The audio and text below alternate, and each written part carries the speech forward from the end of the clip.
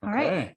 So hello, everybody. I am Jessica Lang, and I co-teach this class with. Rob Van Varick. And this is the Tiger Challenge Community Project Studios, where the students earn academic credit for participating in multidisciplinary teams and work on projects over 1 or more years. And the mission of the course is to provide a hands-on experiential environment in which students, alongside community partners and advisors, bring real-world projects through to fruition. So we're really excited today because we have this hybrid model where we have some people on Zoom and some people in the room. So if you're joining us on Zoom, welcome. Please feel free to use the chat to ask questions and leave comments. And then for those of us who are in the room, feel free to just shout your questions. That's right. And we'll repeat them on the mic so people tuning in can hear. All right. So let's get our slideshow working. So we just want to take a quick moment to set the tone and the context for tonight. So as our world continues to become more and more connected, it feels like, sort of fear and criticism is constantly on the rise. And tonight, the students you're going to be hearing from are really putting their efforts into creativity and actively working to make a positive impact on the world. So hard history, the perception of immigrants, racist everyday technologies, sustainable reusables. These are complex, or what we call wicked problems. There's no simple solutions. So the Tiger Challenge is a uniquely Princeton program that assembles multidisciplinary teams of students who learn and leverage the design thinking process to identify opportunities for innovative solutions to problems like these. So these students start with a high intensity summer program, which we're going to get into a little bit more later. And we're going to walk you through the entire sort of process that all of the students have gone through to get to the point where they are now. So tonight we have 4 teams presenting along with our design associates for the program. Each team's going to present for 10 minutes, and then we're going to have 10 minutes of Q&A after each presentation. So what? So this is a phrase that encapsulates the spirit of the Tiger Challenge, a phrase that we ask the students all the time. So this is both our mantra and our motivation throughout the academic year because it works on several levels. And this prompt drives our focus on the audience, on innovation and on value. So who is it for? What do they think of your solution? Is it novel in the right ways? Does it bring value to people's lives and communities? Will it have a positive impact? And so many of you know this, but for those joining us for the first time in this presentation, let us give you a quick understanding on where the teams are at in their Tiger Challenge journey. So almost all the students began with the summer program, originally an in-person on-campus experience. It has been virtual for the last 2 years. And we've seen the increased use of collaborative tools in this format. The students have been on Zoom, in person, and even in this fall semester, some of our students have been on Zoom occasionally. And one student is actually not in this country at the moment. And so, this kind of like deeper empathetic connections amongst the students is to give them a better sense of, quite literally, where everyone is coming from. So in the fall has seen all of the students back in person, which was a really, really big deal. But as Jessica said, the hybrid model continued to persist as we continue to leverage all of the digital resources, as well as the students who were not able to get back to the US or who were simply not feeling well and were able to not miss class by joining us on Zoom. And there's a real life benefit of doing this, as this is really a taste of real world working circumstances for a lot of professionals, myself included. Collaboration is happening globally on a daily basis. And the Tiger Challenge is giving students, all of you, it's giving you that sort of tutorial and an extensive opportunity on how to do all of this effectively. But the course is not over at this point. We continue. So we continue into the spring, and all of the teams will be taking the ideas that you hear tonight, and they will be building them, testing them, understanding what went well, what didn't, adjusting it, and doing that cyclically through the rest of the year. And this is a really sort of exciting, unique thing about Tiger Challenge, in that we get you guys for the whole year. It's not just a single semester. All right, so what is tonight about? So again, the students' journey in the Tiger Challenge, you guys know that it doesn't end here. We want you to focus, we want our audience, all of you joining us today, to focus on the students' ideation and prototyping. And, consider this a rest before the takeoff. So rather than the what ifs and the many potential ways of solving these wicked problems, let's encourage these students on their paths and share what you think these ideas could become if we keep going. And so students, run into roadblocks and pivot just like all entrepreneurs do.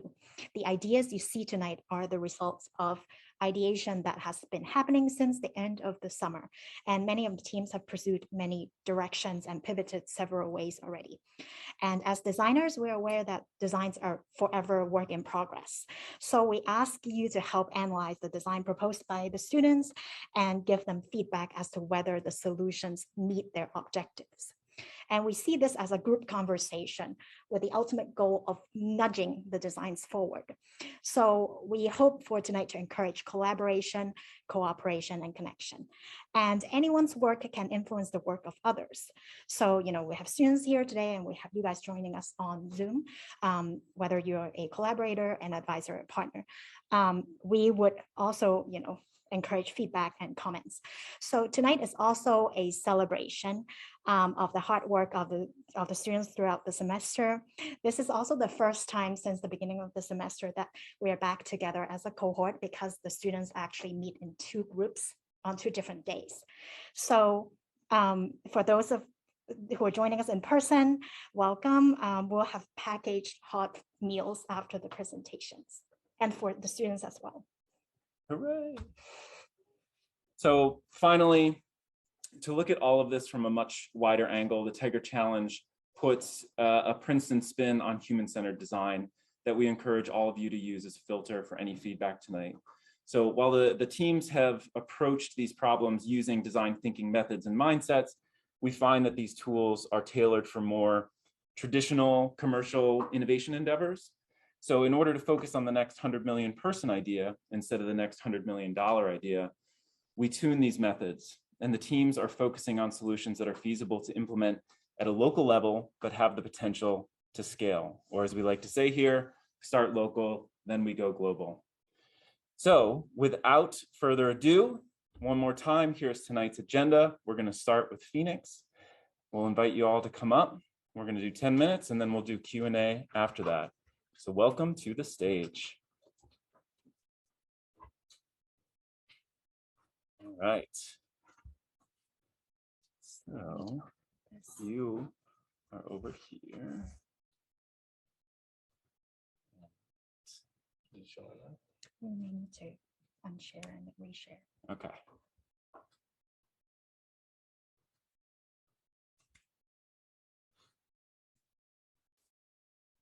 Okay. And then also stop here. Yeah.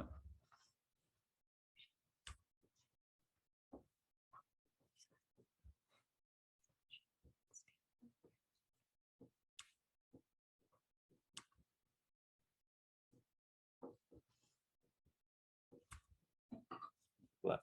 There you go.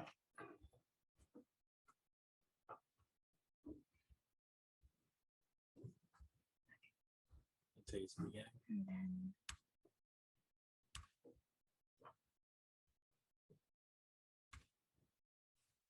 And then go back to the. Yeah.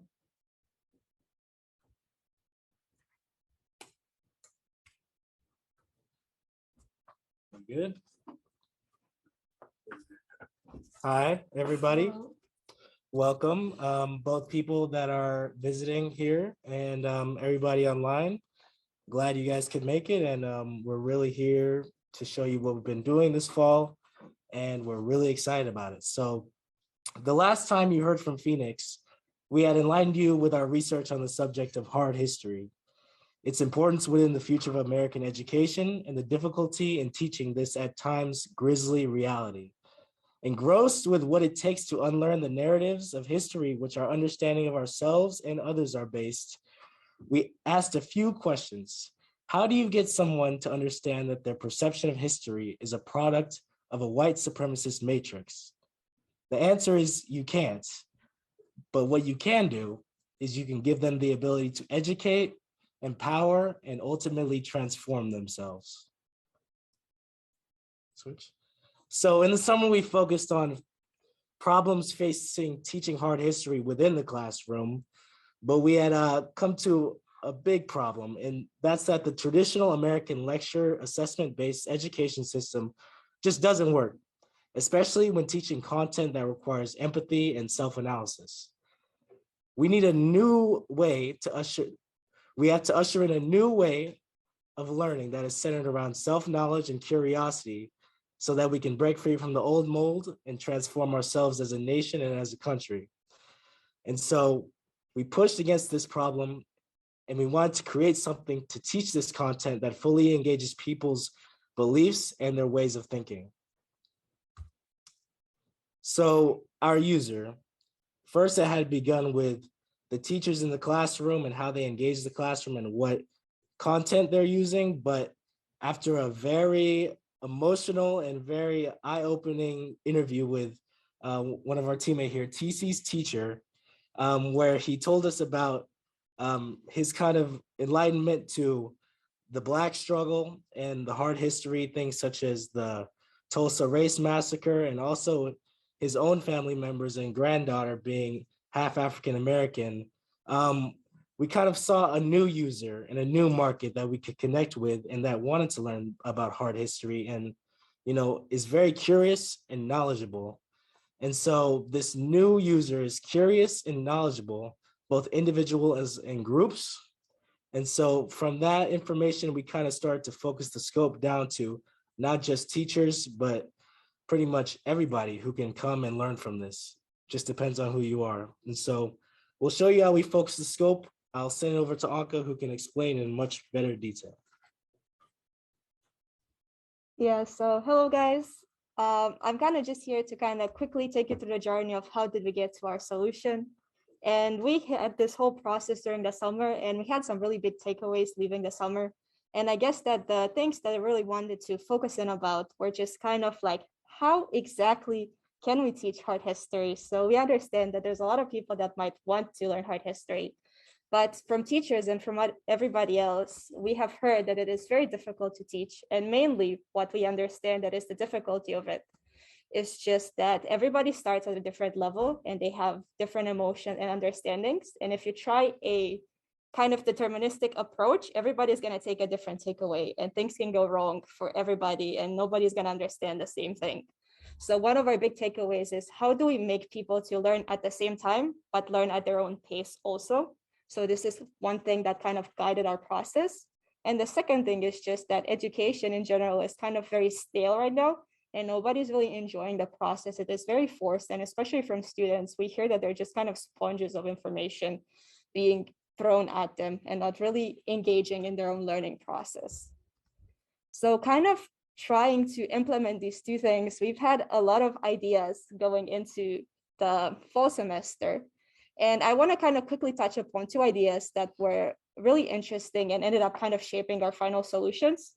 So our first idea was creating a simulation, a virtual simulation where people kind of can log in and check in and just live the experiences of people from the past. And at the same time, kind of live through the experiences of different personas and feel what it's like to live from different points of views. And this was really interesting because for anybody, because they got to feel it, they could have some takeaways and reflect and understand something at any level or experience they have with hard history. And the second thing that we thought about was to create a classroom-wide project in which everybody would work towards implementing some sections of a textbook. And this was really cool because it got everybody working together and it did not have a clear purpose. So people could think about what they're interested in and focus on things that they care about. So We definitely ran into an issue with these ideas, which was feasibility. We realized that our resources are not infinite and they're actually quite scarce. We do not have a lot of time and none of us has like $1 million. So we really had to kind of re-examine all of our ideas, thinking about this feasibility issue. So kind of what we decided to do is just look back at our awesome ideas and just extract what really makes them good and how we can implement that in a different way. So what we did was that looking back at the simulation idea, the crux of it and what makes it really cool is being able to gain empathy through a lived experience and having that experience to learn, like regardless of where you're at in your learning stage. And what we gain from the classroom project is just kind of the flexibility and the ability to learn things and not be settled on a final goal and being able to create that with other people. So using both of these things, we kind of reached our final conclusion and we decided that what we really want to implement is a game in which people can learn with each other and kind of really have fun doing. So kind of just to convince you that this is a good idea and kind of like really does fit our objectives, kind of to reiterate. So our first objective was to make teaching less stale and less annoying. And with a game, it's really easy to see how this might be fun. And I thought our purpose is to teach people how to learn hard history and how to gain more knowledge. The fact that we're making a game really put us this fun aspect and engagement as a top priority, because for every game, fun is the selling point. So this made us like kind of re-visualize how we do things and make teaching really fun. And the second thing is just the fact that how do we get people to learn different things at the same time, looking at the same thing. And this is where we kind of incorporate role playing and we put that the user and the player at the center of our game, and we make the experience customizable to who is playing and to what they want to learn from the game. Yeah, so now that we've kind of gotten over some of our general background and ideas, I kind of want to talk more about prototyping. So we did make two prototypes. One was the lesson-based prototype and the other one was the event-based prototype. So both of these prototypes share many similarities in that they draw from a deck of cards. In the case of the lesson-based prototype, we do draw from a deck of moral questions. And in the case of the event-based prototype, we distribute role cards and scenario cards from their respective decks. These two prototypes obviously also include differences in the order of the events that are drawn. So for event-based, it's kind of more centralized towards actual historical events. So they need to be chronologically ordered. In the case of the lesson-based prototype, it is related more to abstract moral values. So they can be, randomly ordered, doesn't really matter too much. In the case of the lesson-based prototype, we also will have an audio recording of each question card with instructions and where it fits in the larger story.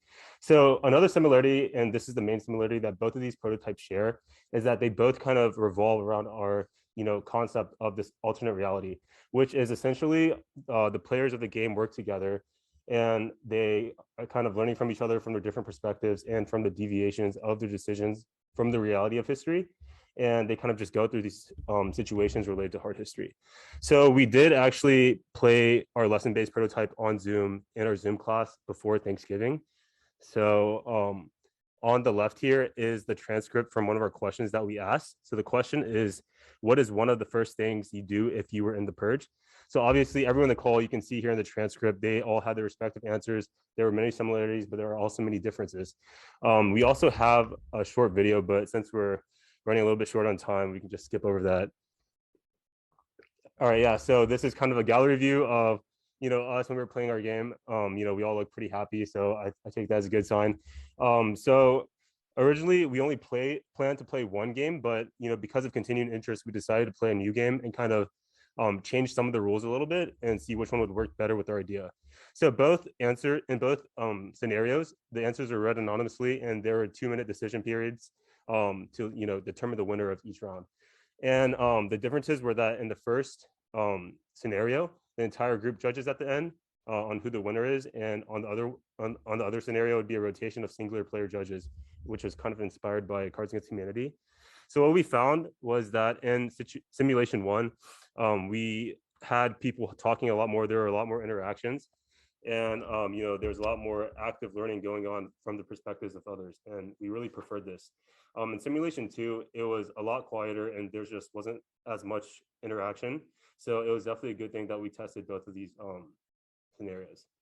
So two other things that we learned were that the moment of reveal needs more improvement in our game, which TC will talk about later, and anonymous answers were, in general, more funny and relaxing for our game as a whole. Yeah, so continuing on the themes of things that we learned from our game, we decided that we're going to continue doing this prototype with the lesson-based approach. And if this puzzle represents things we're going to add to our next iteration, one of the first things is role-playing. And we believe that role-playing, like this element where you get assigned like what kind of response you should have, will help us get a variety of responses. So when you see light, that's if you get a question, you try to respond with the lightest possible answer. If you get dark, you try to respond with the darkest possible answer. So we believe that this will help facilitate our discussions. As Alan touched on earlier, the moment of reveal, like this is a very learning-based game. And before we just had chunks of text that had historical significance associated with each question. So we decided that doesn't really help the game flow. So instead we're trying to work on making that more game-like. So we're thinking maybe we'll have it audio recorded and have all the recordings play at the end. And then like as they're going through the different historical stories, they'll try to see, oh, whose response best matches the historical story. Maybe they'll get a point. But yeah, we're working on gamifying that part. So another part that we're going to bring over to our next iteration is having shared responses, as Alan also briefly said. These are more engaging and they help people learn from each other. And yeah, just help keep the energy up. And then the last thing that we're going to add is the time limit, because we believed it added another element of excitement and it allowed for more authentic responses as people had a time crunch. So our next step is that with these new things that we learned from our past prototypes, we're going to make a new prototype where we'll have it tested like 5 times and make sure we incorporate everything we learned from those tests, and we'll be able to have a standalone game where we don't need to be there to explain and people just be able to understand from the instructions. So that's where we hope to be next time. And with this game, you can learn it at multiple layers, multiple environments, maybe precepts, elementary school, middle school, high school, teachers, in a retreat, in a business, in a family setting. So that's the kind of game we were trying to create. So please let us know any questions, comments. That's our presentation.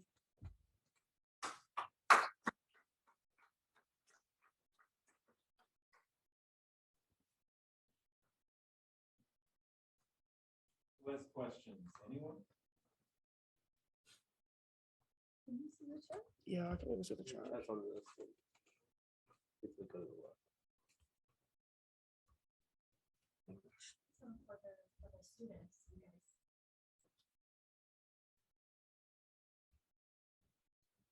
So we have one question. Are you guys able to?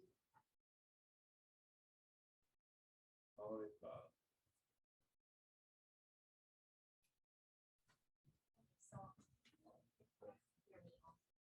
question is, can you tell us a bit more about the game content? Yeah, I can take this one. So initially we had picked some events throughout history. The first one that came to mind was the Tulsa Race Massacre, which had just been apologized for by the Tulsa City Council this past year. And so it had a big influence in the mainstream media and was kind of a big point for hard history. So that's one example right there. We had researched numerous examples of hard history, and in our prototypes, we had firsthand accounts from all different time periods, not just slavery, not just the civil rights era, and not just hard things. You know, we also want to tell of the triumphant things that happened in history that are not told of, the great discoveries made by people of color, as well as the struggle that they went through.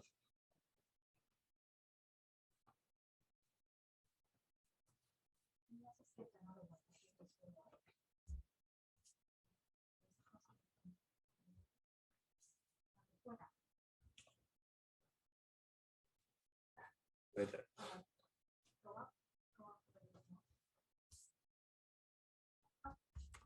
Put it full screen. It's the long. Put it full screen. There we go. Perfect. There we go. Go ahead and read aloud for anybody if they can't see that on the screen. Yeah, it's easy. Oh, it's me. Okay, so it says Team Phoenix, nice job facilitating this hybrid session. I like the strong way in which you framed the challenge, and I appreciate the strong visual associated with the journey towards the solution. Great job on testing which format of the game would work best. How did you check that everyone who plays the game feels comfortable playing the game? I'm guessing there may be sensitivities that you need to take into account as this game deals with painful topics. This is true. Yes. So as we continue to test this, we'll continue to see those, but the people who've been testing it now, like we've been seeing that the way we ask questions is in more of a, like an everyday kind of way. Like you saw in the example, we said, oh, what would you do in the purge? Like another example, why would you kidnap someone? So those initial questions are lighter, and then the role-playing cards also help facilitate answers. So hopefully, like if you're not comfortable yourself like saying what you know, the role-playing cards will give you the avenue to say something. So if you pull like a light card, you don't have to rely on solely what you know. You have like a little help due to that role-playing card. So we'll definitely keep that in mind and continue to test that, but those are the things we currently have in place to address your question.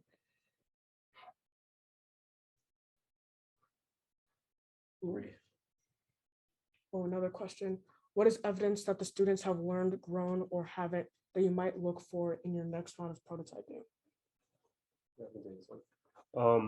Yeah, so I think we do need to do some more testing for us to fully answer this question. But so far, in the 2 times that we have tested with like mainly within people in the class, and I think it was pretty easy for us to get feedback, the truthful feedback from the others, because we were so comfortable with them. And so far it was positive that, it was for one fun, and that's good since it's a game. But it's also very educational as well. But I guess in future rounds, this time we obviously tested, multiple people, the group judging the winner at the end versus, a singular person judging at the end. And for future rounds, we will also obviously test other variables that, we're not certain about, because we do have 2 initial models that we kind of want to narrow into one.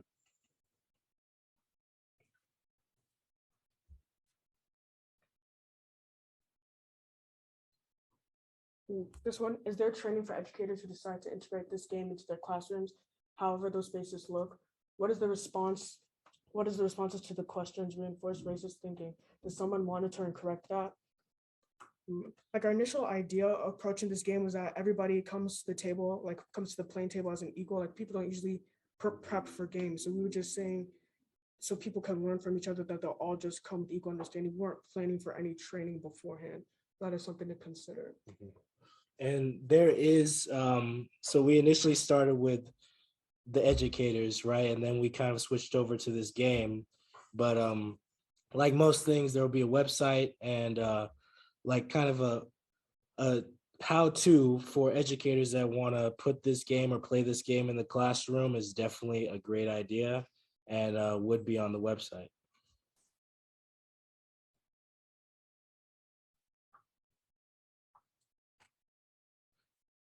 So how are various age groups accommodated for in the game relative to questions? 3rd graders may have difficulty with Tulsa Massacre. Yeah, so we initially, like you said, we had this interview that really impacted us and made us think differently about who would be playing this game and using this. And so it's very adult at this point, and many of these concepts are and events that happen in history are meant for matured audiences for sure. So maybe high schoolers and some middle schoolers maybe, but a good idea would be this type of game, but for kids, So it's definitely for a matured audience, but having one for the younger kids would be very important. Ooh, another question, very provocative. Can you please explain a bit more about the logistics of the game?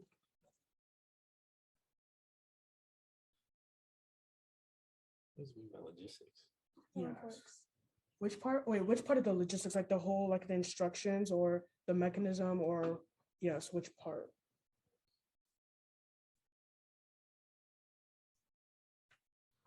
Time for one more question. Yeah, you guys advise that.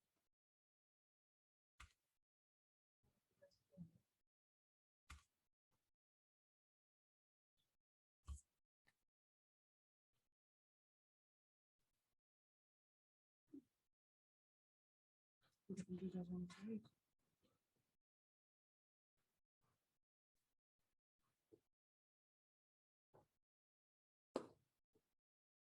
You want to do the middle one or the bottom one?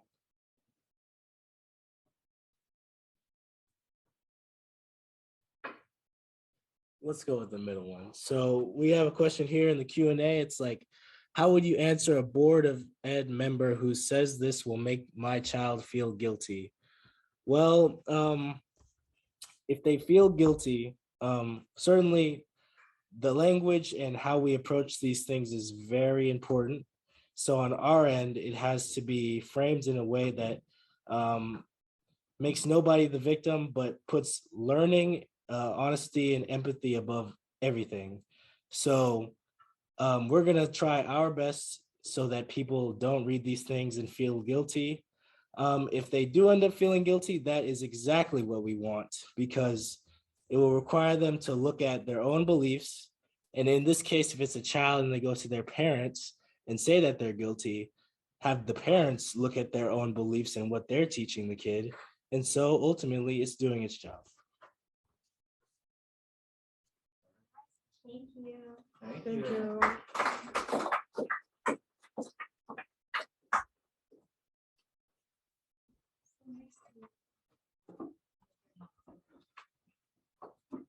All right, so thank you. And thank you to everybody who submitted questions. Sorry, there were more than we were able to get to.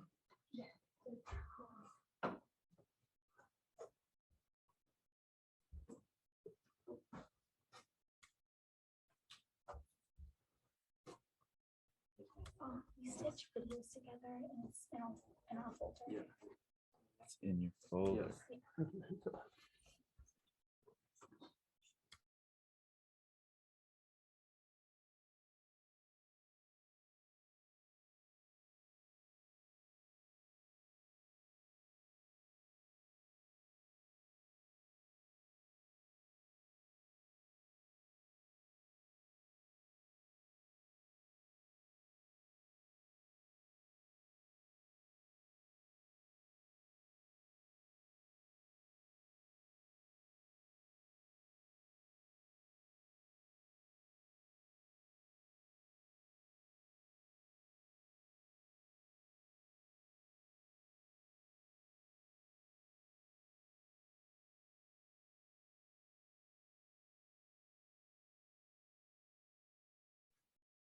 All right, thank you everyone for bearing with us.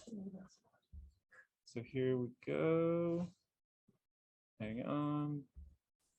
Let me just back that.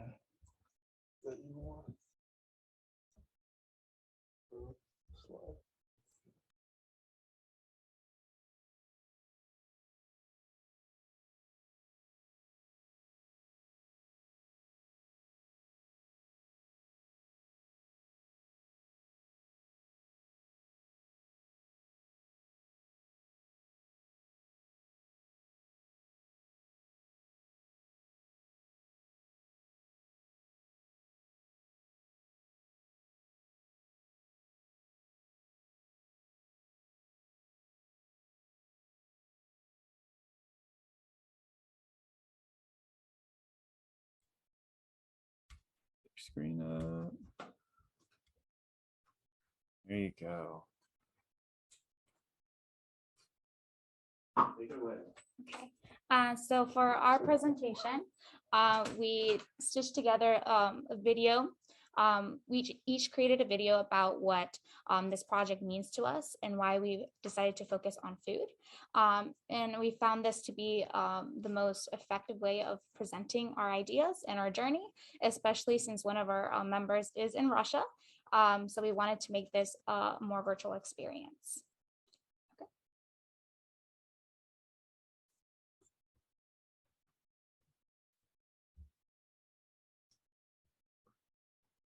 What do you put?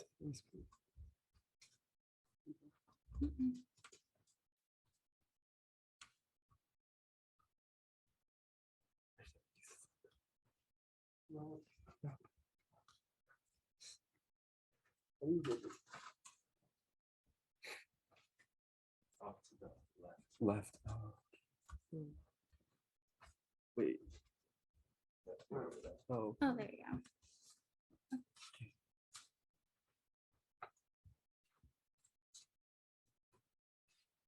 We are the Maker Not Taker team, introducing Warren, Perla, Nadia, and Kevin.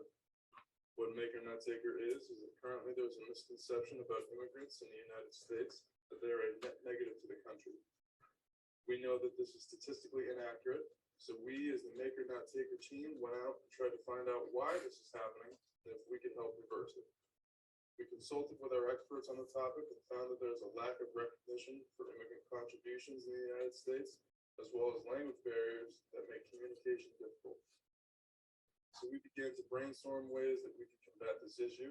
And after brainstorming activities and consulting with our other Tiger Challenge members, we found that in our group, all roads led to food. We all had a personal connection with food and wanted to see if we could implement it into our project.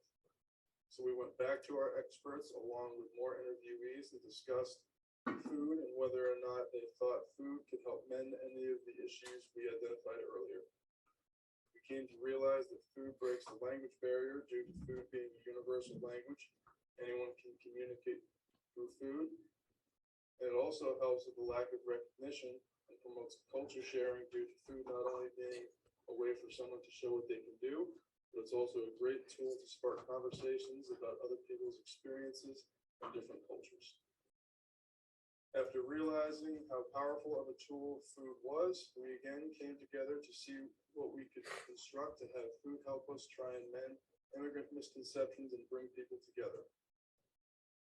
And eventually we came up with the idea of a food festival so that people from all cultures could come together and share the food they made. This would initiate conversations, allowing people to communicate with people of different backgrounds through the dishes they prepared, along with creating a safe environment where people can learn more about each other's experiences in this country. And although this was our summer project and we no longer plan on putting on a festival, we still plan on taking the ideas we had in the past about food bringing people together and helping people learn more about each other to the present stage of our journey, which is where we are now.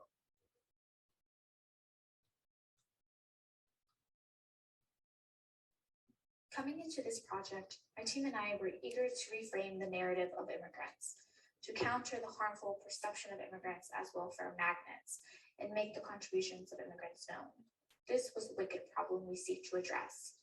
We were given a clean slate, which was both a daunting and thrilling opportunity to try different directions. However, the more we did interviews, the more I fell in love with the idea of using food as a means to communicate, create, and share with others. Time and time again, food came up as part of an immigrant's cultural experience.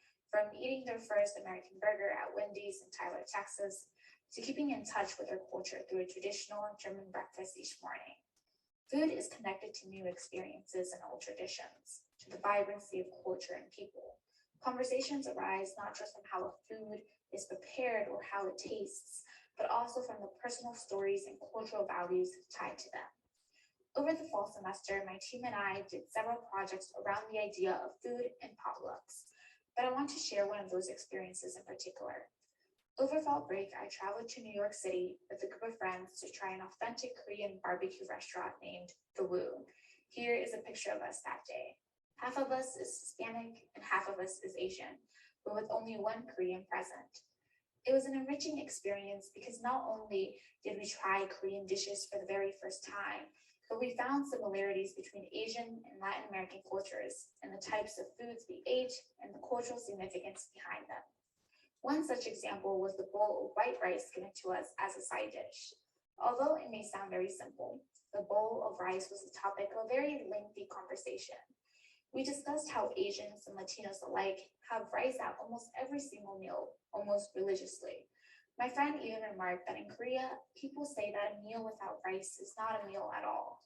We also talked about the texture of the rice itself, about how the sticky rice was much easier to pick up with chopsticks as opposed to the long-grained white rice that I'm used to eating back home. I shared how my mom used chicken broth and tomato flavor to cook the traditional Mexican rice, and how it was always accompanied with black beans. Although there were differences in the preparation and in the texture in the rice we ate, we share the same realization that rice represents comfort and food security. When my parents were back in Mexico, their families could only afford to buy rice and beans because they were filling and versatile. Since food was scarce, each dish was much more meaningful, and it is that appreciation and value that is behind each bite. We went for barbecue, but we bonded over rice. It was the act of sharing food that sparked random conversations. But in those random conversations, we shared personal and cultural experiences that brought us closer to one another and deepened our understanding of each other's background, culture, and values.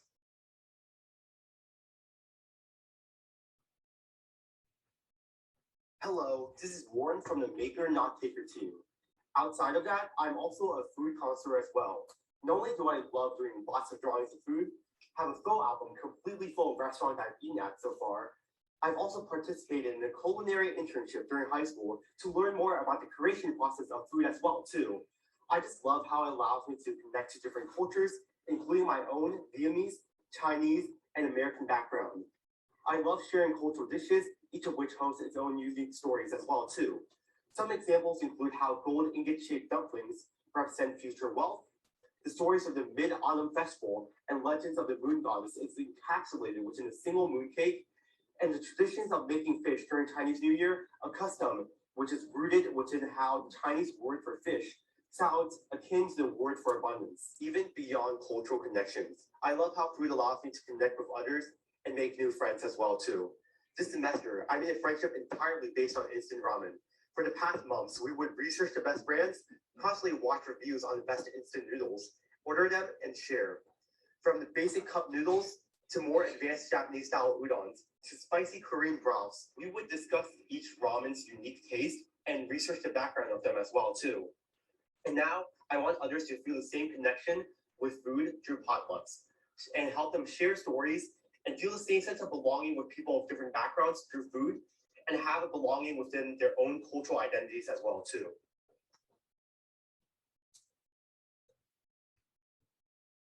Hello and welcome to my kitchen in Moscow, Russia. I was actually stuck here for the whole semester, so this is why I couldn't participate in the potluck when my team organized it in class. And this is why I decided to use this opportunity and to do the potluck right now. So we asked people to bring food, and I brought blini. Blini is a traditional Russian meal, which is very similar to the French crepes. And the difference is that Russian people are obsessed with blini, and we eat it all the time, especially during a traditional holiday called Maslenitsa. And I have a story about blini. My nephew Pasha didn't like to eat it. He just said that he wouldn't eat it at all. And we couldn't really figure out why he did that. So when we asked him, he said that he didn't like the way in which we eat it. So we have to fold it, we have to put it in the sauce, and this makes your hands dirty and buttery. So we told him that he could actually use the fork to do the same thing. And Pasha was shocked, because apparently when you're 5, things that are obvious to the adult is not obvious to you. So this is my story. And that's it. That is what happened in the potluck. People brought food and people brought stories. I observed it, I've envied it, and I've noticed 2 very interesting features about the event. The first one is that some people told the stories about their personal experience, and some people told the stories about their cultural experience. And I decided to combine those 2 approaches in my story, but both of them worked, and they really worked in the mixture. And the second feature that I really enjoyed was what happened after people were done with their stories. People started talking. And first they talked about food, about their favorite meals, but then they started to talk about some different sorts of things that were important for them. As an immigrant, you often feel isolated and you struggle to make the connection with people around you. And I think that this potluck activity can really help with that, because the food is a perfect conversation starter. You can talk about food endlessly, and then you can talk about other stuff that is important to you. And for example, you can ask somebody to help you with your social security number registration. So this is why our group is very excited about this potluck idea, and that's why we want to push it further.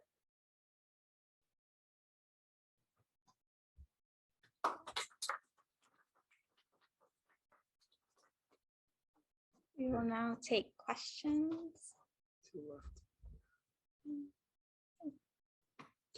open up the chat Q&A. Oh, I truly.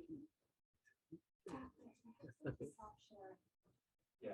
Oh. Stop share the screen share. How? At the top of the screen. Oh, You'll see, yeah. red Oh, it's just, thing. yeah. It's very weird to control, yeah. Okay.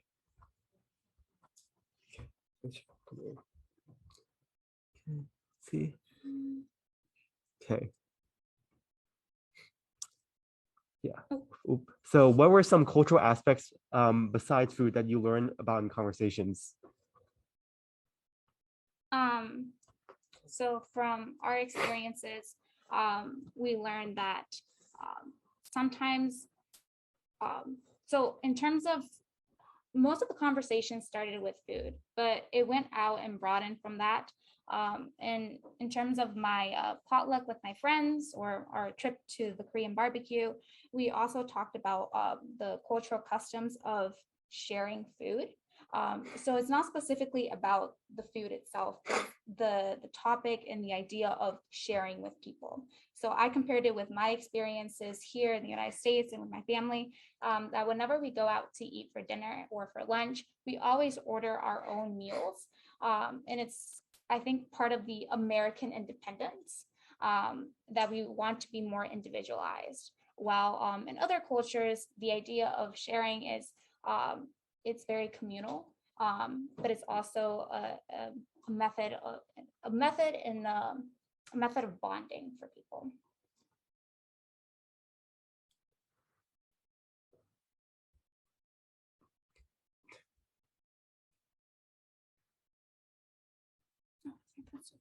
Yeah, I think that's.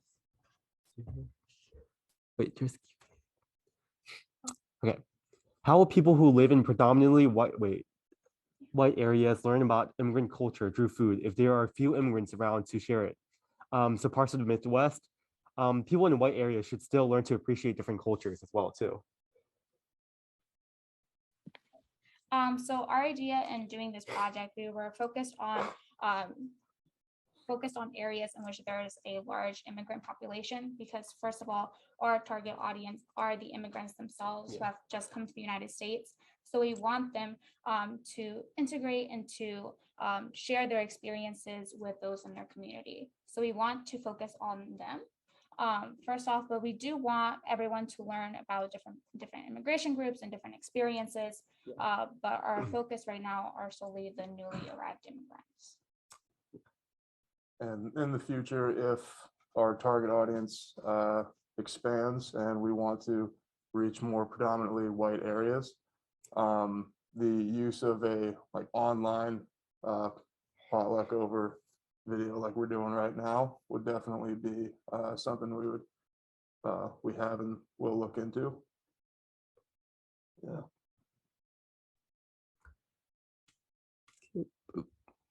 So someone else asked, do immigrants feel they are contributing by paying taxes and creating jobs for others? Do immigrants appear to want to be on welfare, or do they want to contribute? Any examples of how they contribute? These are definite means of contributions that they feel that they have done, taxes and jobs. And from our interviews throughout the summer, most immigrants are try to steer away from using welfare services or government sponsored services just because they don't want to be viewed as a burden. And their major examples of contributions is contributing through a job or creating a business. That's most of them have expressed their desire to create their own business and become more independent financially.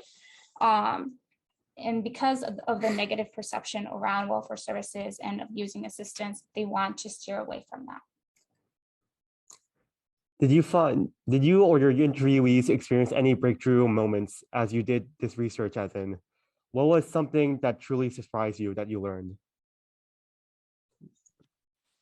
I think my answer actually combines the two questions, because so at one point when we were discussing the contribution, we reached the point when we realized that the food itself is a very important contribution that is often neglected because we're used to have all sorts of cuisines and food around us, but we don't really think that this diversity is brought by people who come to this country from other countries. So this was a very surprising point for me personally. And another person asked, why do you think the majority of society thinks they are takers or immigrants are takers? So for this, this perception isn't modern, it isn't recent, it has developed for a really long time. As you can see throughout history, a lot of immigrant groups have been targeted, and they've always been accused of taking American jobs or of becoming a burden to society, to the natives. So this idea and this perception has always persisted throughout history. Because we're living in this time, we've had the opportunity to see it firsthand right now in a modern context.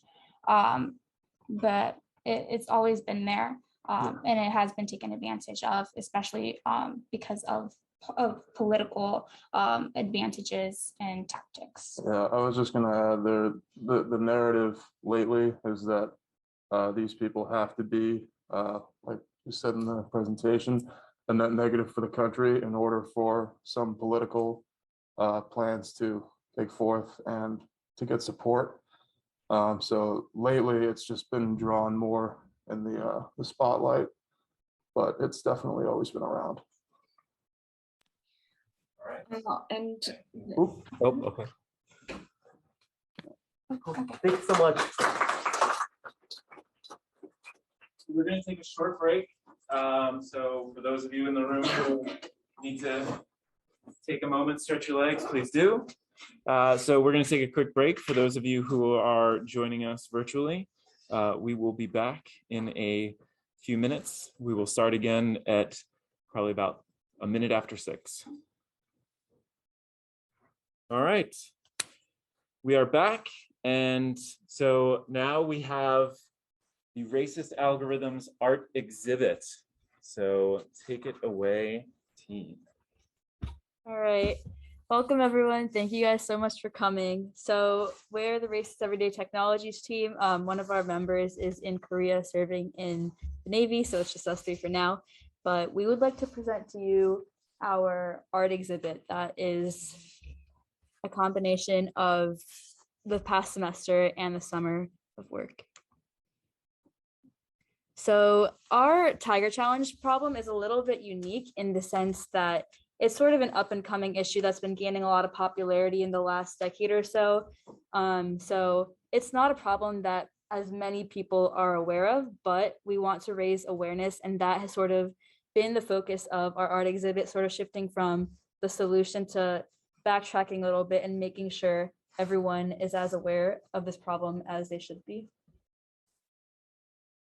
Sorry, we can start your screen share.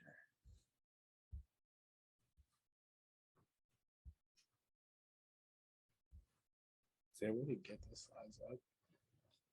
Like here?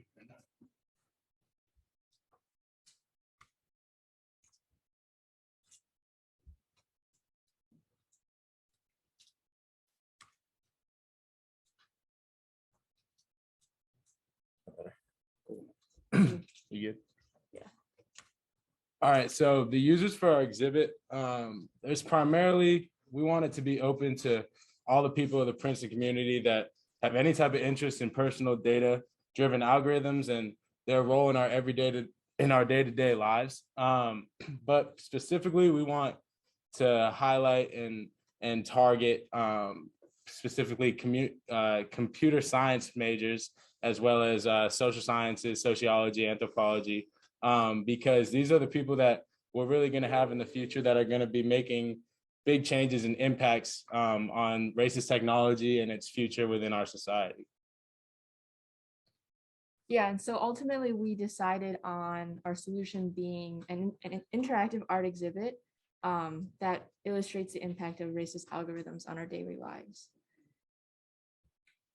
So you might be wondering, like, isn't Racist Tech online? Why did you guys come up with the art exhibit? So our three primary reasons. The first one was establishing a narrative. And it basically, our goal with the art exhibit is to show how seemingly disconnected examples can contribute to a whole. Our second goal was to distill complex concepts.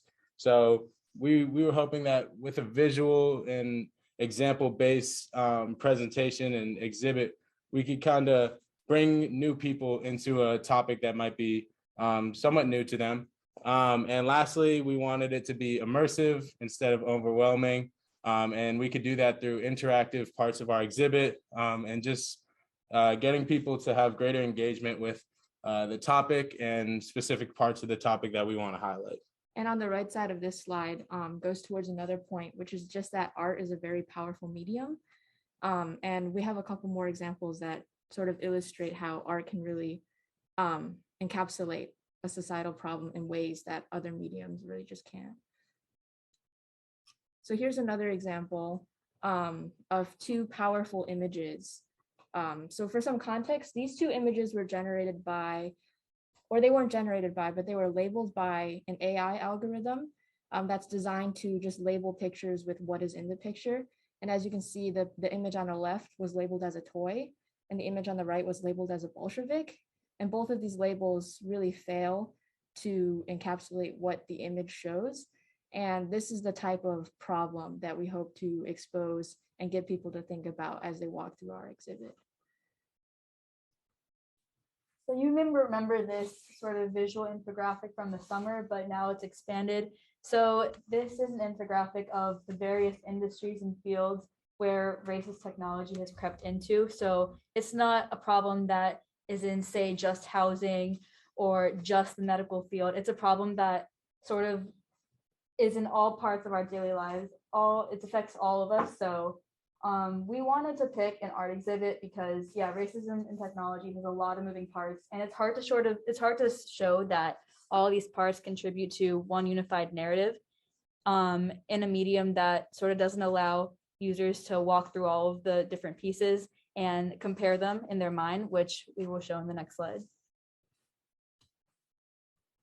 So here is our final floor plan of our art exhibit. We iterated several versions and ended up deciding on this one. So the user will enter, and their first stop is an impactful example that shows how racist technology impacts all of us.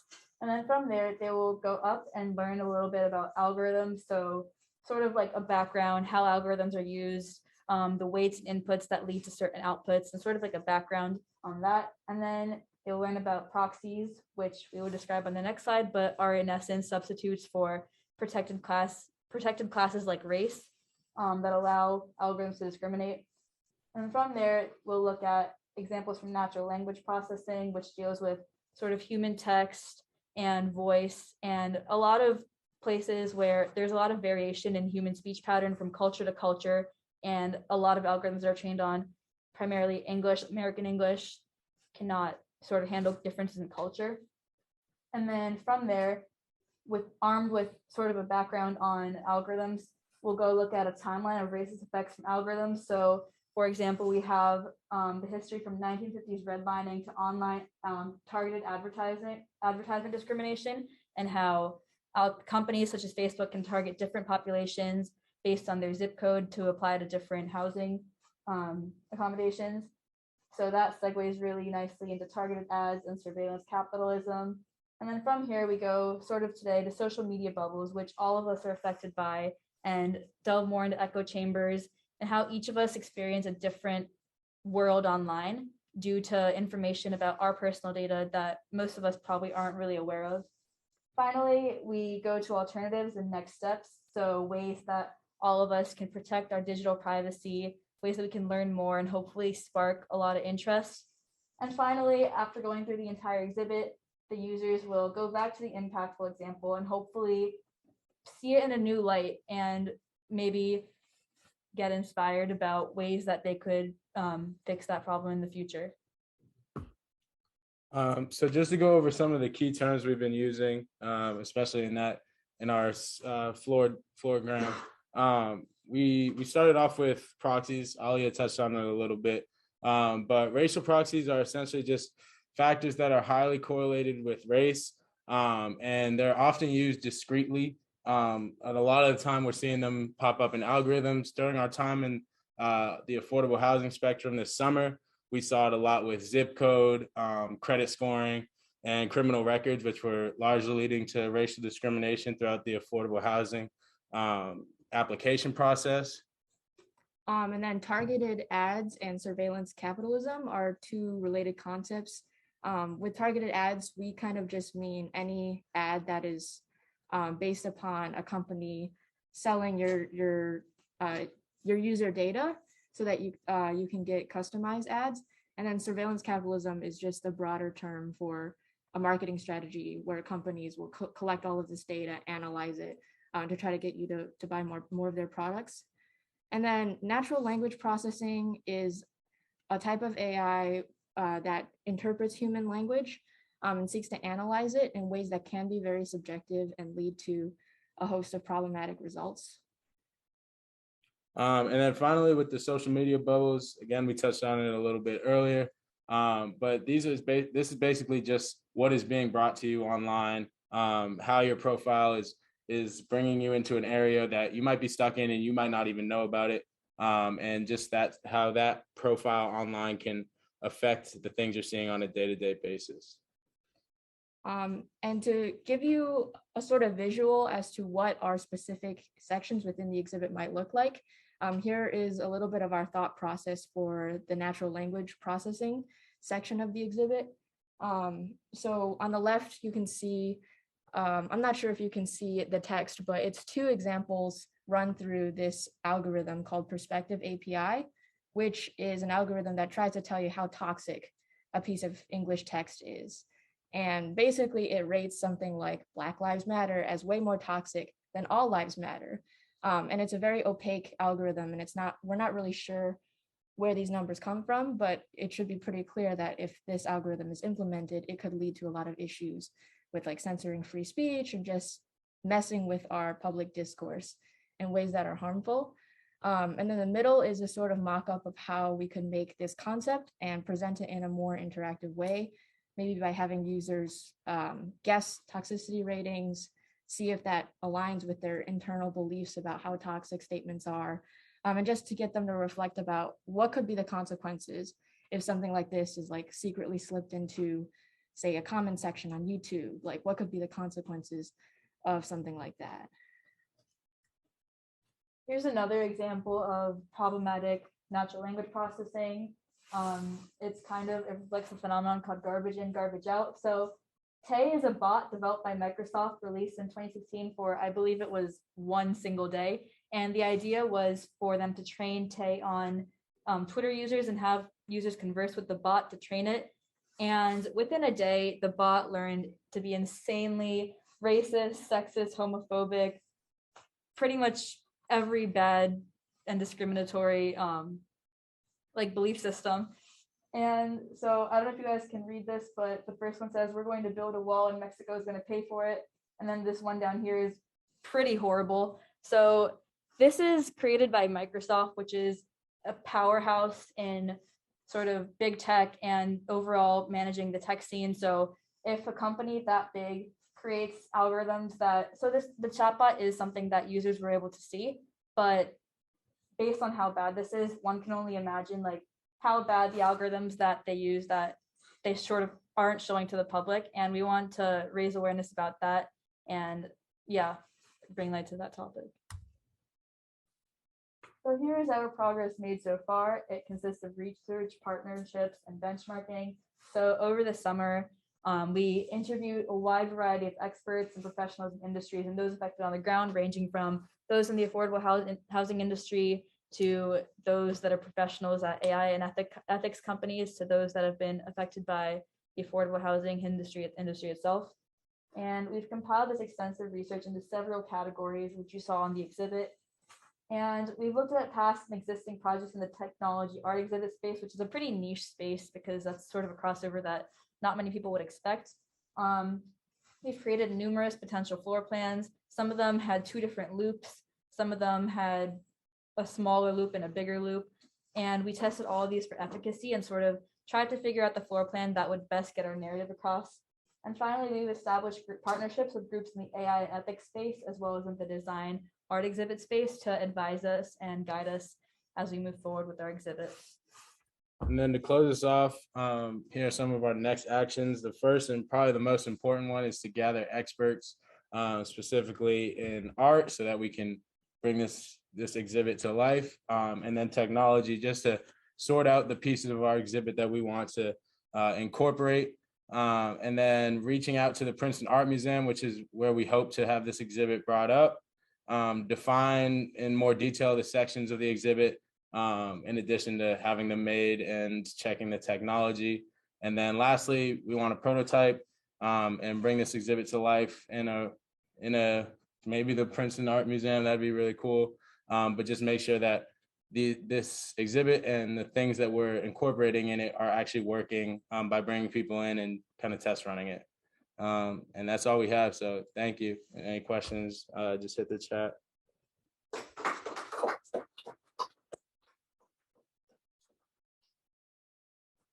That sounds strange, but I can't. I don't know what it is. Where's the Zoom? Go all the way up.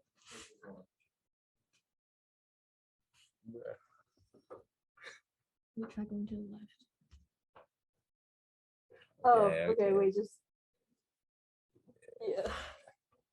Okay, cool.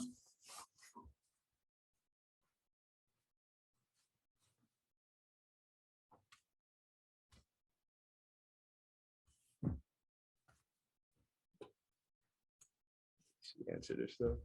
Are there any questions from the room? Would you ever consider a virtual format for the art exhibit? And just reiterate the question for people on screen. So the question was, would we ever consider a virtual art exhibit? And this is something we talked about a lot when we were coming up with an art exhibit and how that might manifest. And we decided on a physical one for a couple of reasons, but I think one of the stronger ones was we wanted it to be a shared experience between people walking through the exhibit. For example, if we want computer scientists to come and sociology students to come, we want there to be a potential for both of them to be looking at the same panel and then maybe discussing those ideas with each other, so that a lot of the value from the exhibit will actually come from its participants and the knowledge that they bring and the passion that they bring towards addressing racist tech. Of course, there were also pros to the virtual exhibit, and we are going to try to replicate all of the benefits, but staying in the physical space.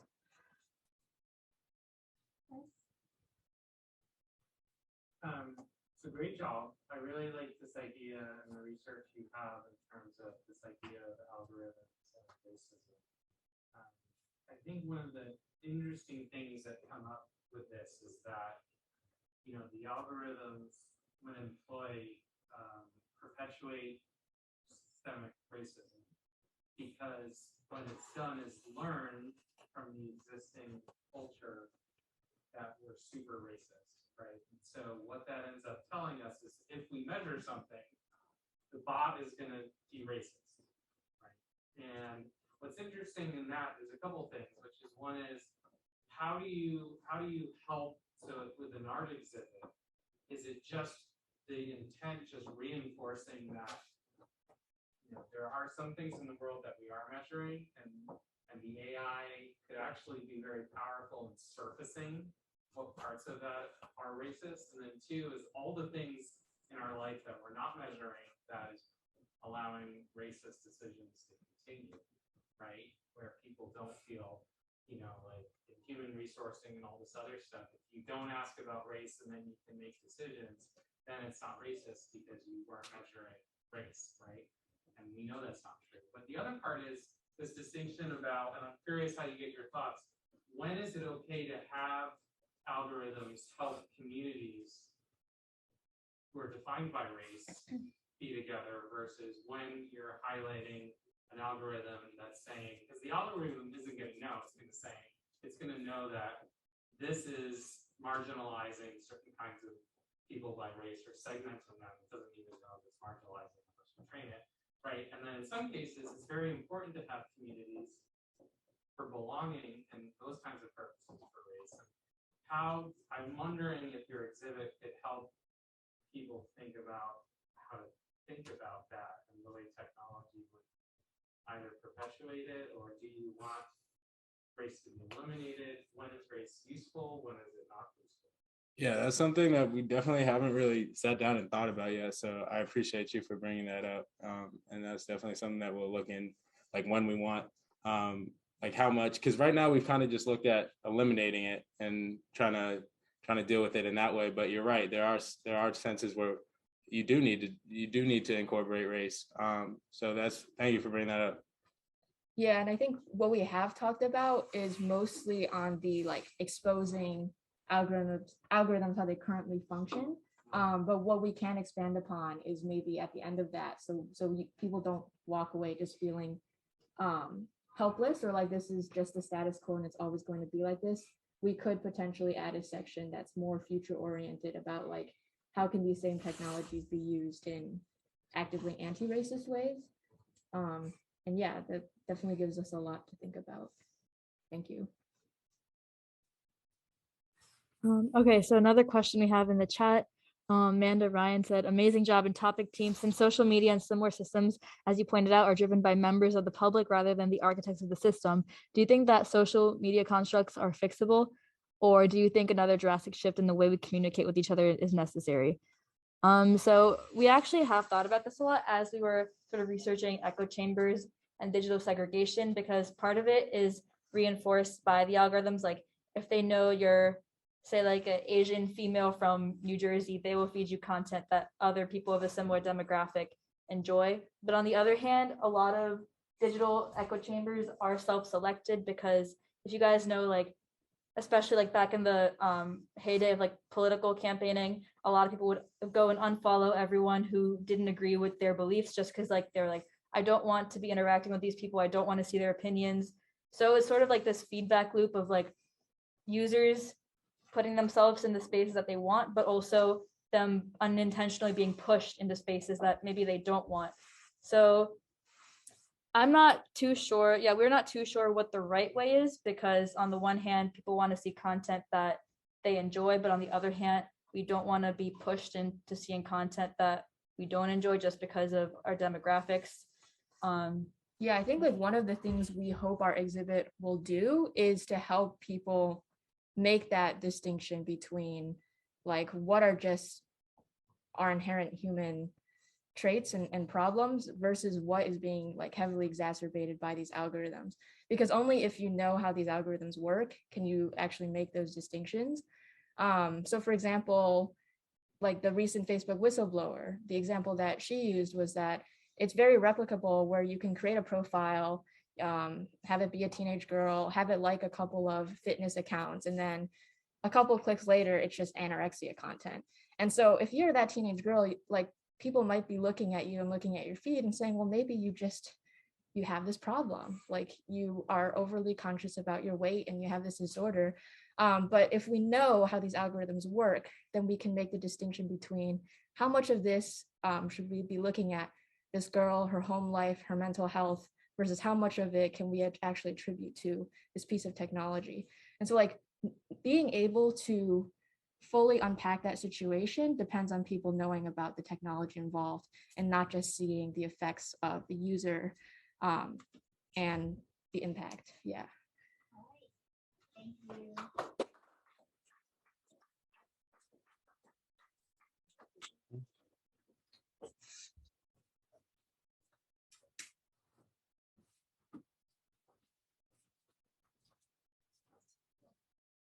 All right, thank you, everyone. So we're gonna have our next student team come up and join us.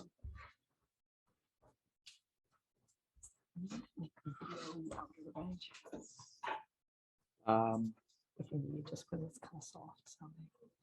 Gotcha. Is it embedded in here? Yeah, it's fine. It's pretty loud, I think. Okay. Just in case. We're up to maximum, but we'll all be very quiet. refresh.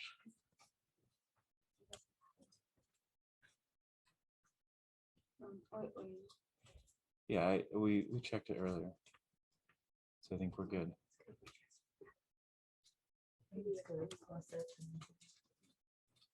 What's that?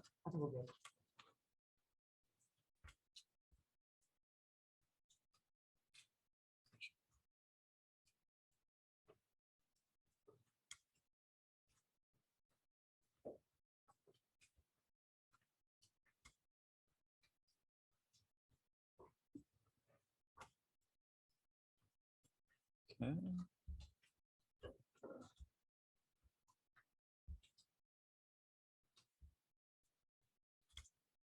And here is Sustainable Reusables.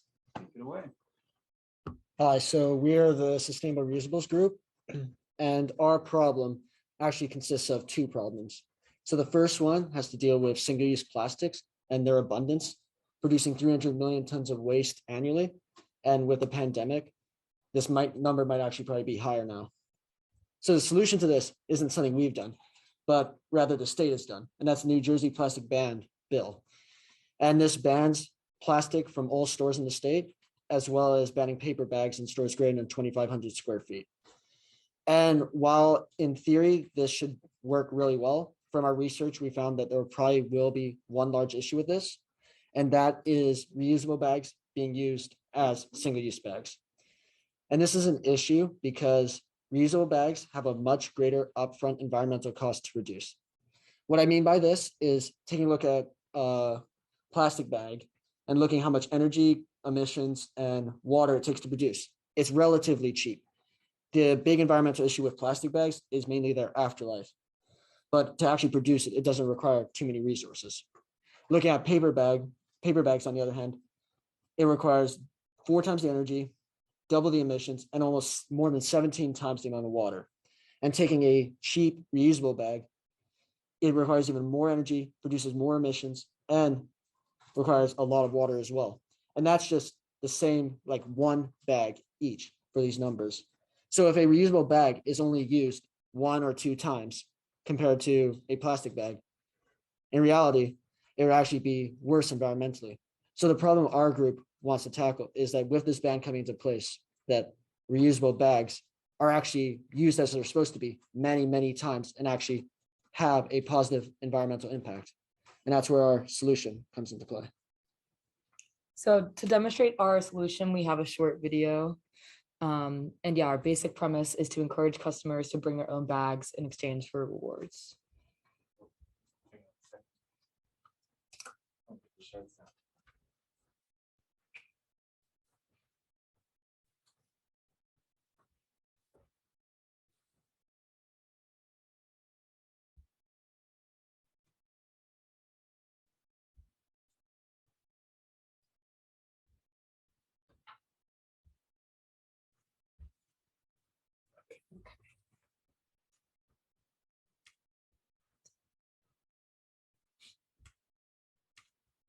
I don't know. Was it not loading? Take your mouse over, go all the way over. Yep. And then press there you go. Oh. Our idea is to make a rewards-based platform that incentivizes reusable bags. Wonder how it works?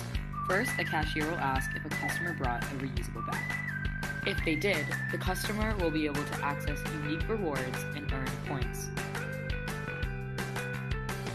With in-app reward notifications, our platform provides advertisement for partnering businesses, helps customers unlock new rewards and deals at their favorite stores,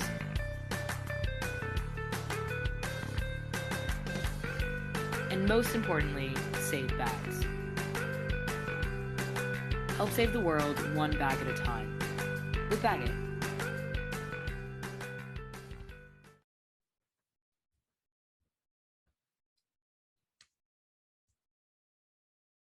Okay, so just to summarize, what our app's going to do is at checkout, the cashier will ask if they brought a reusable bag, and if they did, the customer can take out their phone and scan a code that the cashier will show. And this allows the customer to accumulate rewards at that store, as well as just within the app. And there will be built-in challenges for additional awards the more you use bags. And there will also be a profile where you can see the environmental impact that you've had, and also the impact the app as a community as a whole has made on the use of bags and the environment. And stores will also be interested in this idea because they will be able to have advertisement through the platform, because people will get notifications on their phone that says 2 times the points at McCafferty's if you use a reusable bag today.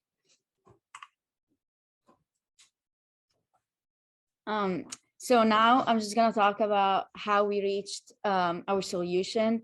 And pretty much there are 3 main things, 3 main testings that we conducted that helped us pivot to this idea. So the first thing that we did was, after we came back on campus, we ended up interviewing 11 Princeton retailers to just like understand how the checkout process will end up being after the bill is created, and if they will be willing to kind of make new change with that. And what we found out is only 1 of the 11 stores is offering reusable bags, and they're selling those reusable bags for $5.50 each, and it's Labyrinth Books. And then the other 10 stores just ended up switching, or they already or always had that, but they're using paper bags for free. That includes University Store, Olives, Small Bites, and etc.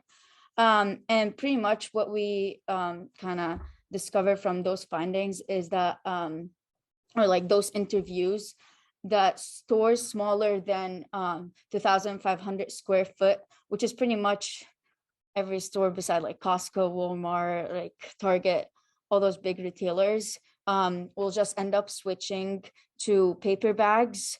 And for them, they're just like using the paper bags as if they are just plastic bags. So they're handing them like as each one is equal to a plastic bag.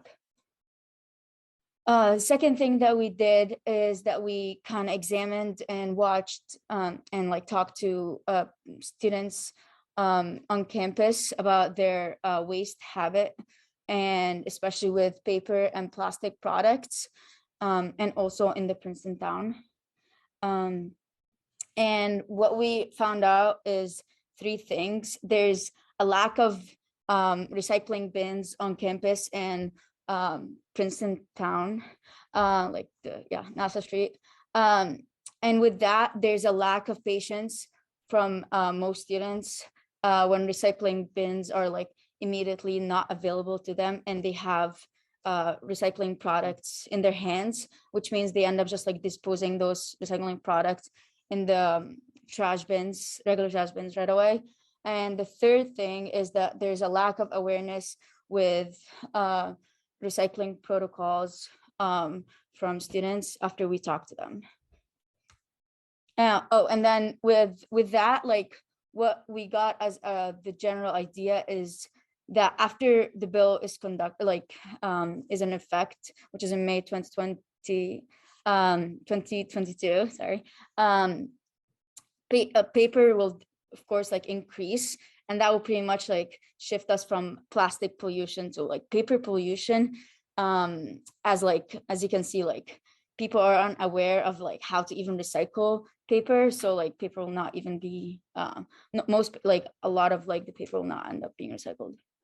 Third thing is that we presented our idea to partners and experts to get feedback, and the main thing that helped us pivot our idea was, and that they gave us as an advice, was that there's a higher chance of customers using our platform if there's a specific reward given to them, as our previous idea was just to like cash as the reward, not specific reward. Yeah. Excuse me. So next I'll be discussing our next actions moving forward for the next semester. So we draft a little timeline moving forward to the months to come. So in February of next year, we want to further our details in the platform. The biggest thing that we're trying to figure out is the logistics of the app that we're designing. We want to figure out how rewards would be given out, whether it would be, the amount of bags used or the price per purchase. We also want to try and find some computer coders to design the platform, preferably on campus, students. That way we can figure out compensation or whether it would be voluntary. And with these computer coders, we'd like to design the platform. After that, we'd like to conduct a cost benefit analysis and assign a dollar amount to each cost and benefit in the app when, using the bags or the amount of money purchased when spending in the app. Moving on to March, the biggest thing is that we want to finalize our app prototype. This comes with our app design and create a pitch and talk to stores and investors about our pitch and, hopefully get them implemented in the upcoming months to come. And then finally, in the months of April and May, we hope to sign contracts with at least 6 stores in the Princeton area. We'd like to add these stores to the app and then market our platform to future customers.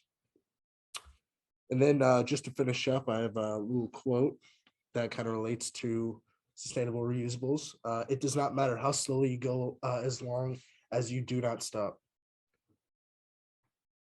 And that's our presentation.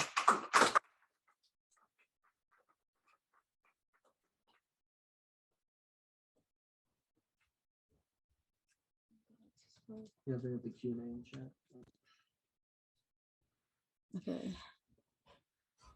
So one question that we have, can users see how they rank compared to other users?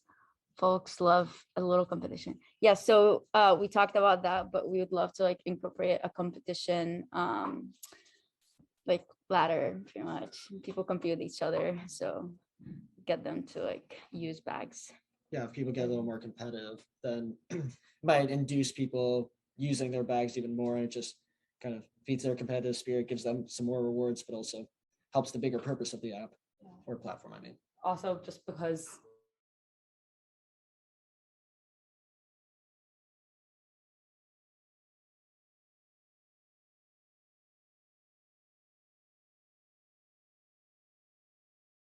the rewards are based on how much you spend, and things that just let you get more rewards that way. Another question, what incentive would retailers have to participate in the program? What's in it for the retailers? So one idea is that, the idea of the platform is to be environmentally sustainable. So by being a part of this program, the retailer does appear to be that they're caring about the environment and can use that as a selling feature. As well, when they are in the app, it's easier for people to, a method of advertisement, but also for people to see deals and just probably get more consumers. Here, there might be questions in the chat as well. Yeah, I don't know how to get down here. You gotta bring them out. Should we? There's one person. Okay. Yes. What is the mechanism for keeping customers honest when interacting with that? So what we were thinking was behind the repeat the question for people on Zoom. Oh yeah, so the question was, how do we keep people honest in terms of when they're allowed to scan and get rewards on the app? So what we were thinking, and this actually wasn't something we thought of in our first prototype, but after talking to stores, we realized this was an issue. So what we're thinking now is if there was an easy system behind the cashier to hold up a QR code, if they saw that they weren't giving that customer a bag, they could say, oh, do you want a bag? The person says, no, I don't, I have a reusable one. And so then they're allowed to scan the code that's behind the cashier.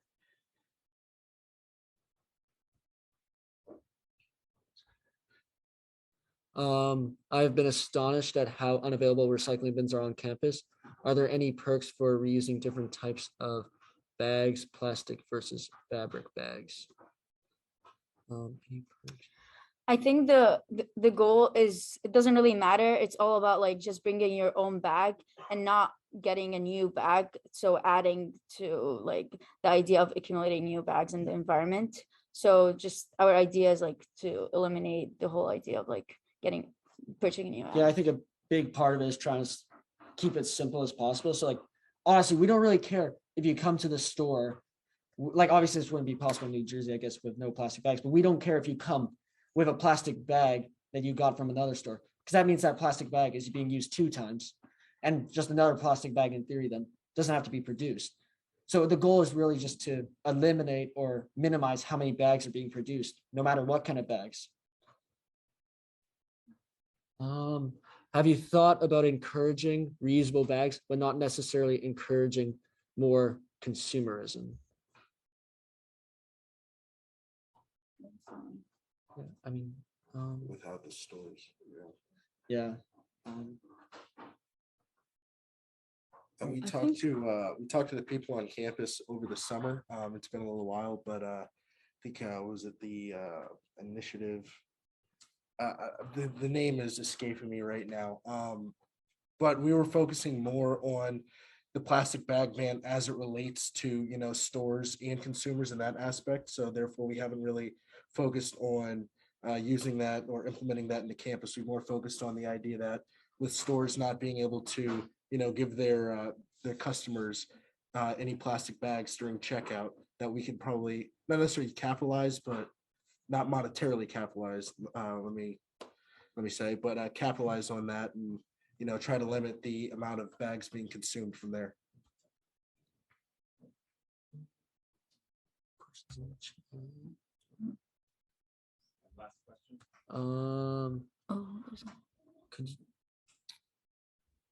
Could you expand to reusable coffee mugs at coffee shops?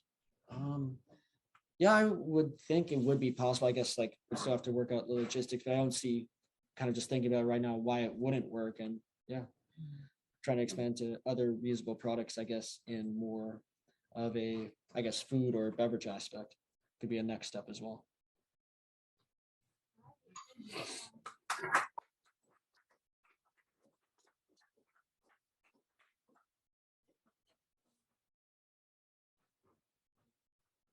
All right. So we are going to have the last team come up, which is actually our Tiger Challenge Design Associates. And they're going to talk about a different perspective on the Tiger Challenge to close out the evening.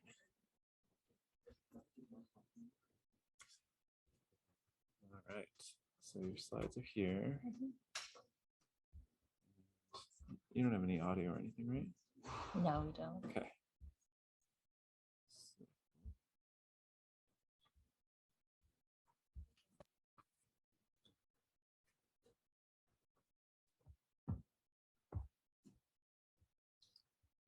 Hi everyone, we're the Design Thinking Associates. My name is Ainea, and I guess we should introduce Hannah here.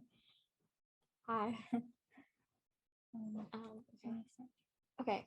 So something that we wanted to cover with our presentation was talking about design thinking as a whole, as it's something that we really emphasize throughout Tiger Challenge, and kind of get into how teams have kind of gone through that. How do I click the next slide? Yeah, okay. That's it. So problem solving in a typical way, you start out with a goal that's really defined and kind of go along the path to figure out how to solve this goal.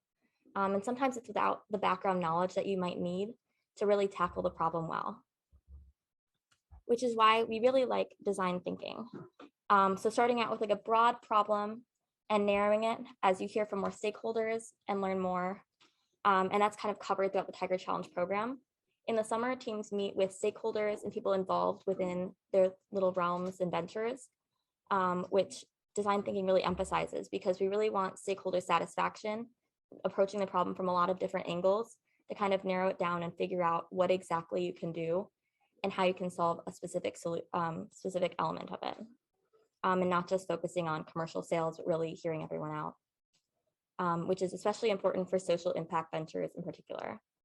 And this can be hard. So throughout the semester and beginning in the summer with them, we've worked on a toolkit of different design thinking mindsets and kind of ways to approach issues when tackling this problem into bite-sized pieces to reframe and refocus when teams get stuck.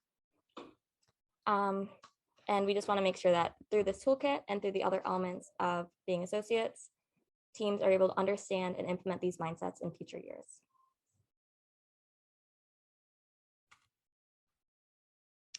As the associates, we thought that the best way to learn about these design mindsets would actually to hear from cohort members themselves. And I realize now it might not work so well with the hybrid format, but we're going to ask some of the students who have graciously given us quotes to stand up and share some of these ideas that they've told us. And so this first one is about curiosity. And Perla, if you want to go for it. When brainstorming our outline for the storyboard, we let our questions about the project guide our thinking process. One question led to another, and it served as a domino effect. Yeah, and we just love this quote because it shows how with design thinking, you never really know where you're going to end up. And so just trusting the process and seeing where it leads you really helps, and having that mindset allows us to get there. Kate, do you mind telling us about embracing the unknown? We may not know what our final app will cover yet, but we were still able to make targets without many answers. That's perfect. And this also goes back to what I was just talking about, just embracing the uncertainty of the entire process. Raneem, would you talk about bringing positivity? Yeah, so I tried to get everyone excited about the project because our idea is so cool and impactful, which is really exciting. Yeah, and it's super important. I'm sure we all learn from being on teams to have like one member who sort of energizes us all forward. So just having this mindset that we can spread to others is really nice. Okay, remain engaged, Warren. Yeah, as we continue to narrow our scope and decide how we want to implement our ideas, we want to think about them, bring them into our everyday conversations, and seek areas of improvement. Nice. And then this is the last one. Anka, could you talk a bit about collaboration mindset? I got it. So I've recognized personal shortcomings and have relied on my teammates to push me towards improvement, but I've also been able to feel empowered and useful using the team by flexing my strengths. And we just really loved how this showed how these mindsets allow us to both be receptive to receiving help from others and then also excited to share stuff ourselves. Okay, so coming off a lot of these reflections and quotes, as we've heard from the designers in this class, design thinking really emphasizes, we've identified these 8 key mindsets. And with the 3 of us reflecting on these quotes and also with the recipes in our toolkit, we've ended up on these 8. And I personally really love this graphic because it sort of juxtaposes the linear progress that Hannah's slide showed, and it really engages like all these different parts of the brain and like your human-centered personality.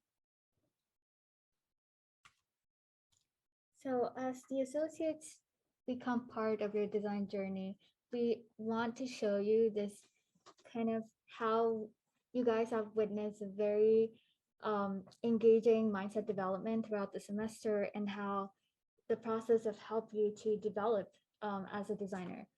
And we think that through all this design thinking tools, you guys have been able to develop a holistic thinking in such a way that either you come across these exercises as a combination or throughout the process as a whole.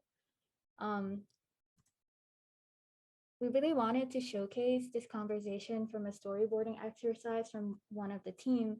And you could kind of see the interplay between the characters, the different people who are empathetic, realistic, and intuitive, and how as designers, you're able to put yourself in the view of the target users and being able to see and capture their needs very effectively. And so I really like this conversation between Warren and Perla and Kevin and trying to like understand people that are not necessarily, you know, you're not there, but you are part of the process. And I think this is a very good way to capturing it. And throughout this one exercise alone, you're kind of able to frame your wicked problem effectively, and that you are able to come up with ideas that are more grounded towards the needs of your target users.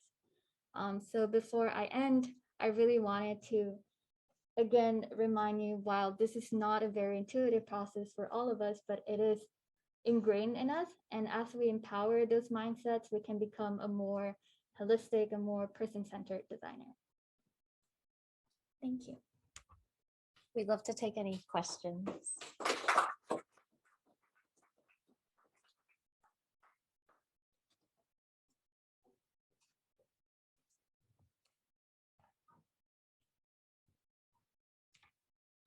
Maybe the corner. So I have a question. So I love the interaction, and I love, you know, the whole cohort providing sort of quotes and specific points of view. What's a great way then of relaying this information back to future cohorts who come in and you know, want to sort of learn about the design thinking process? What do you think is a format? And this is sort of a question to the whole cohort. Like, we're talking about different ways of learning, different ways of experiencing information. You know, and we've talked about this being a toolkit, but what's the right way, or what's a great way to relay this to future students?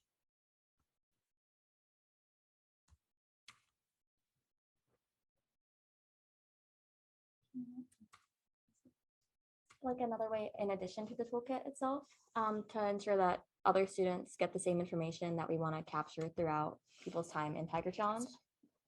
Yeah, I think it's, you know, what's the way to sort of turn this information back around to future students? Is it through a lecture, like workshop? Is there some other like fun and creative way? Do you think it's just something that is brought up during doing the exercises?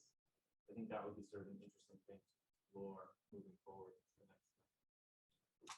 Especially with our toolkit, we're trying to sort of format in a way that's conducive to exactly what you just described. So it's not just like, oh, let's just like go step by step through the table of contents of this booklet that was handed to me.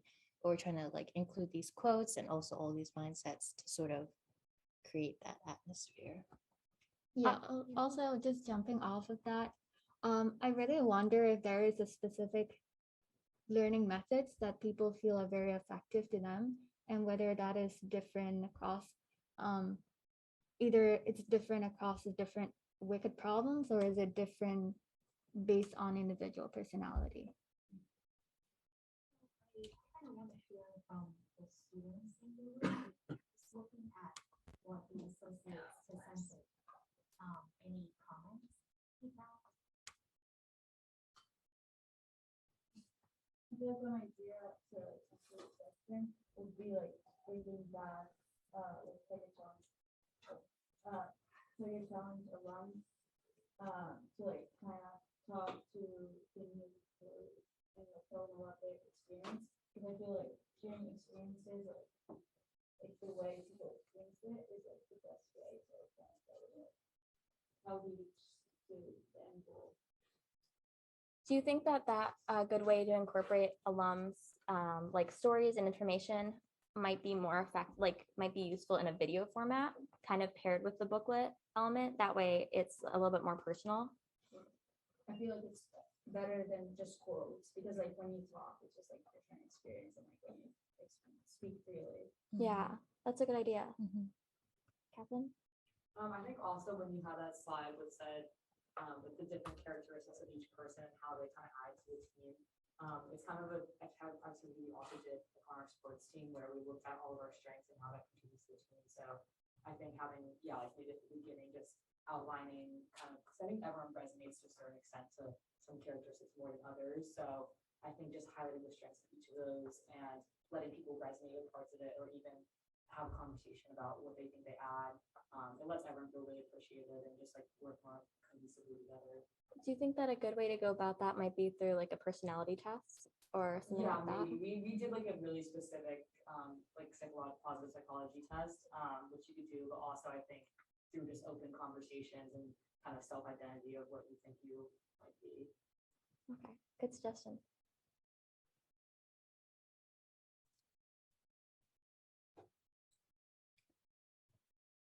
Thank you. Thank you.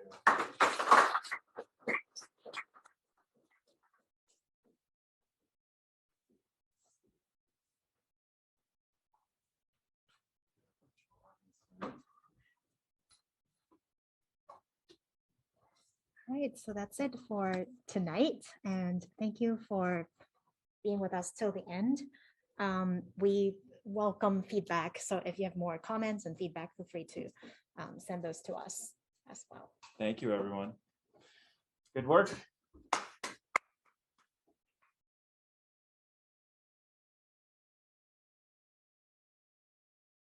Join us for future Keller Center events, which you can find at kellercenter.princeton.edu/events.